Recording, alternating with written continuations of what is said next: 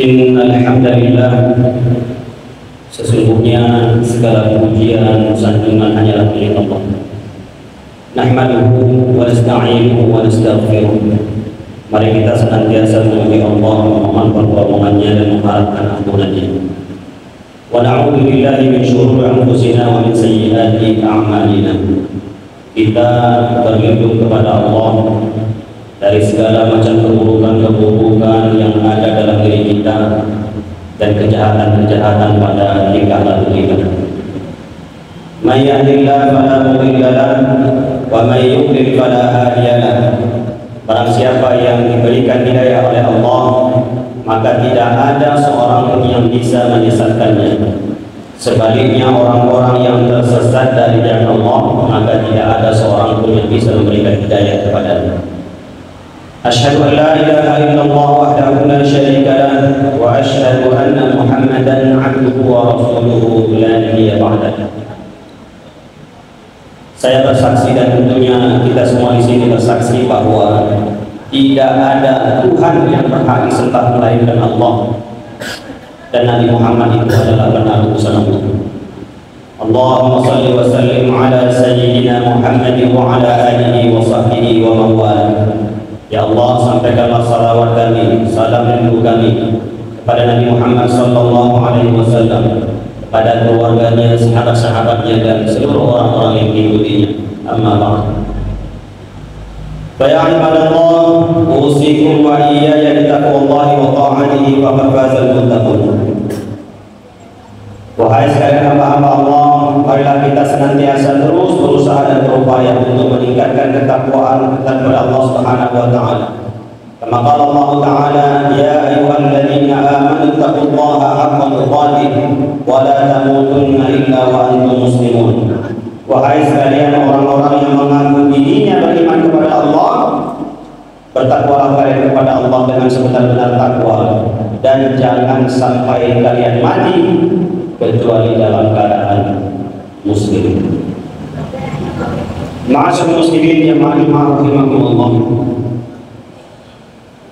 Pada kesempatan yang mulia ini, marilah kita sejenak merenungkan sebuah fenomena yang semakin hari semakin mengerus hati nurani kita. Sebuah kenyataan pahit yang seringkali luput dari perhatian serius kita. Matinya rasa kemanusiaan. Hadirin yang dimuliakan Allah, kita mungkin pernah mendengar atau melihat berita-berita di televisi kita atau di media sosial kita. Di Cina ada pembunuhan ribuan anjing dalam festival makan anjing, dan ribuan anjing yang disembelih setiap tahun. Di Turki ada seorang anak remaja yang membunuh dengan sadis seekor kucing yang bernama Tommy. Di India ada yang membunuh seekor gajah dengan sadis. Juga di tempat-tempat lain ada banyak perburuan satwa-satwa liar. Berita-berita ini kemudian sontak menjadi perhatian, protes kemarahan para aktivis kemanusiaan dan para pencinta hewan. Mereka menuntut hak-hak hewan, menyuarakan keadilan. Ada banyak petisi-petisi yang ditandatangani, kampanye-kampanye yang diselenggarakan, demonstrasi-demonstrasi yang digelar demi untuk membela hak-hak hewan itu. Fenomena ini sebenarnya di satu sisi ini menunjukkan betapa fitrah kebaikan ini masih ada dalam sebagian besar manusia. Masih ada rasa iba, rasa empati, dan keinginan untuk yang membela yang lemah. Tapi ironisnya di sisi lain, fenomena ini meningkat satu paradoks yang menusuk hati kita. Kenapa kepedulian yang sama tidak muncul ketika yang menjadi korban itu adalah justru manusia. Hadirin yang dimuliakan Allah, bayangkan saja, jika seekor hewan saja mampu membangkitkan gelombang protes dan kemarahan sedemikian rupa, kenapa ketika ribuan bahkan jutaan jiwa manusia, anak-anak yatim yang bergelimpangan, wanita-wanita yang menjadi janda, kota-kota dihancurkan, seringkali respon kita begitu hambar? Kenapa ketika darah manusia tertumpah ruah di hadapan kita melalui layar televisi kita dan gadget kita, hati kita seolah membeku, mata kita tertutup dan lisan kita menjadi geluh? Kita menyaksikan dengan mata kepala kita sendiri bagaimana saudara-saudara kita di Palestina, di Gaza khususnya, terus-menerus menghadapi kekejaman yang tak terbayangkan. Pembunuhan massal, pembantaian anak-anak, penghancuran rumah ibadah, rumah sakit, pengepungan yang menyebabkan kelaparan dan penyakit. Ini bukan lagi sebuah berita, tapi ini adalah tragedi kemanusiaan. Ini semua berlangsung di hadapan mata kita. Ini adalah bukti nyata bahwa matinya rasa kemanusiaan pada sebagian besar dunia. Bagaimana mungkin darah seorang manusia yang diciptakan Allah dalam sebaik-baik bentuk, yang dimuliakan Allah dengan akal dan nurani, menjadi begitu murah harganya di mata sebagian orang? Allah Subhanahu wa taala berfirman dalam Al-Qur'an surah Al-Maidah ayat 32, min ajli dzalik katabna ala bani Israil annahu man qatala nafsan bighairi nafsin aw fasadin fil ardi faka'annama qatala an-nasa jami'an. Demikian telah kami tetapkan suatu hukum kepada Bani Israel, bahwa barang siapa yang membunuh satu jiwa tak berdosa, bukan karena dia membunuh orang lain atau berbuat kerusakan di bumi, maka seolah-olah dia telah membunuh seluruh manusia.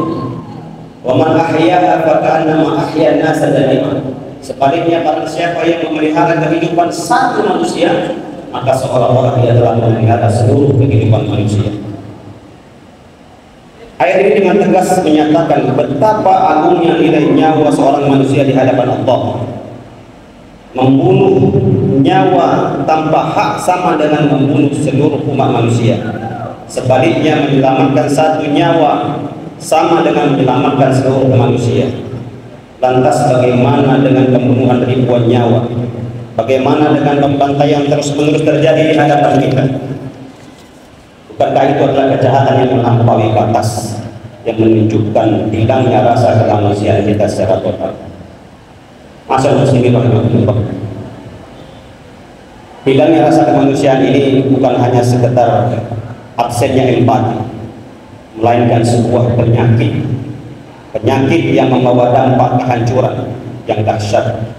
Di antaranya yang pertama adalah legitimasi terhadap kezaliman dan penjajahan. Ketika rasa kemanusiaan mati, kezaliman dan penjajahan dianggap sebagai hal yang wajar-wajar saja, bahkan didukung dan dianggap wajar oleh sebagian pihak. Penderitaan orang lain tidak lagi mengusik hati, sehingga kekejaman demi kekejaman terus berlanjut tanpa perlawanan. Padahal kita sebagai bangsa telah jauh-jauh hari menyatakan dalam preambul Undang-Undang Dasar bahwa penjajahan di atas dunia ini harus dihapuskan karena tidak sesuai dengan pri kemanusiaan dan pri keadilan. Yang kedua, ada double standar dan ketidakadilan global. Dunia terpecah belah dalam standar ganda. Kekejaman di satu tempat dikutuk dengan keras, sementara di tempat lain dibiarkan, bahkan dijustifikasi. Hal inilah yang kemudian melahirkan ketidakadilan yang merajalela dan berbulan penderitaan. Kemudian ada penyakit sindrom materialisme akut. Kata Nabi SAW, yushiku an tada'a lakumul umam kama tada'al akalatu ila qas'atiha. Kata Nabi, aku takut nanti kalian ini akan diperebutkan oleh bangsa-bangsa lain seperti serigala memperebutkan makanan. Faqala qailun minhum, maka berkata seorang sahabat, wa min qillatina yawma idzin ya Rasulullah, apakah keadaan kita pada waktu itu adalah minoritas? Kata Nabi, bal antum katsir. Justru kalian adalah umat yang mayoritas. Bal hudza'un ka hudza'is sayr, tapi kalian itu seperti buih di lautan, banyak tapi tidak bisa berbuat apa-apa.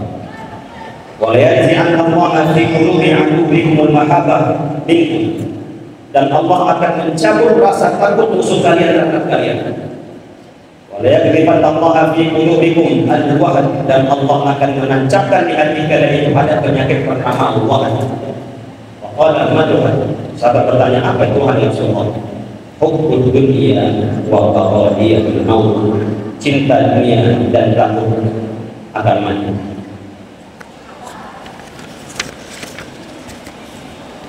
Ma'asyiral muslimin rahimakumullah. Lantas bagaimana kita membangkitkan kembali rasa kemanusiaan kita yang seolah mati itu? Yang pertama, mari kita menguatkan solidaritas, persatuan, persaudaraan di antara kaum muslimin. Kata Allah Subhanahu wa taala, innamal mu'minuna ikhwatun wa aslihu baina akhawaykum. Sesungguhnya orang-orang beriman itu adalah bersaudara. Maka jagalah persaudaraan di antara kalian. Mari kita bantu dengan doa, donasi, dan apa saja yang bisa kita lakukan untuk membantu saudara kita. Yang kedua adalah mendorong aksi nyata. Kata Nabi SAW, man ra'a minkum munkaran falyughayyir biyadihi. Barang siapa di antara kalian yang melihat kemungkaran, hendaklah dia mengubahnya dengan tangannya, dengan kekuasaannya, dengan jabatannya, dengan hartanya, dengan apa saja yang bisa lakukan. Malah istati fabilisani. Kalau tidak mampu, lantang suara dengan lantang, dengan suara ini, dengan tulisan-tulisan ini. Malah istati fabilisani wa huwa aqrabul iman. Barang siapa tidak mampu, cukuplah kita merasa kita membenci tentang kekejian-kekejaman terhadap semua bentuk kejaman, penindasan dan pembunuhan terhadap manusia. Ma'asyiral muslimin rahimakumullah. Marilah kita jangan sampai membiarkan rasa kemanusiaan kita mati. Jadikanlah tragedi Palestina ini sebagai pengingat betapa berharganya setiap nyawa manusia dan betapa jahatnya kezaliman. Mari kita bangkitkan kembali nurani kita, wujudkan kepedulian kita, bersatu padu untuk menegakkan keadilan dan menghentikan segala bentuk kekejaman. Semoga Allah senantiasa memberikan kita kekuatan dan petunjuk untuk menjadi hamba yang beriman, bertakwa dan peduli terhadap sesama. Barakallahu wa lakum fil Qur'anil azim, wa nafa'ani wa iyyakum bima fihi min al-ayati wa dzikril hakim. Wa taqabbal minni wa minkum tilawatahu innahu huwas sami'ul 'alim. Aqulu qawli hadza fastaghfiruhu innahu huwal ghafurur rahim.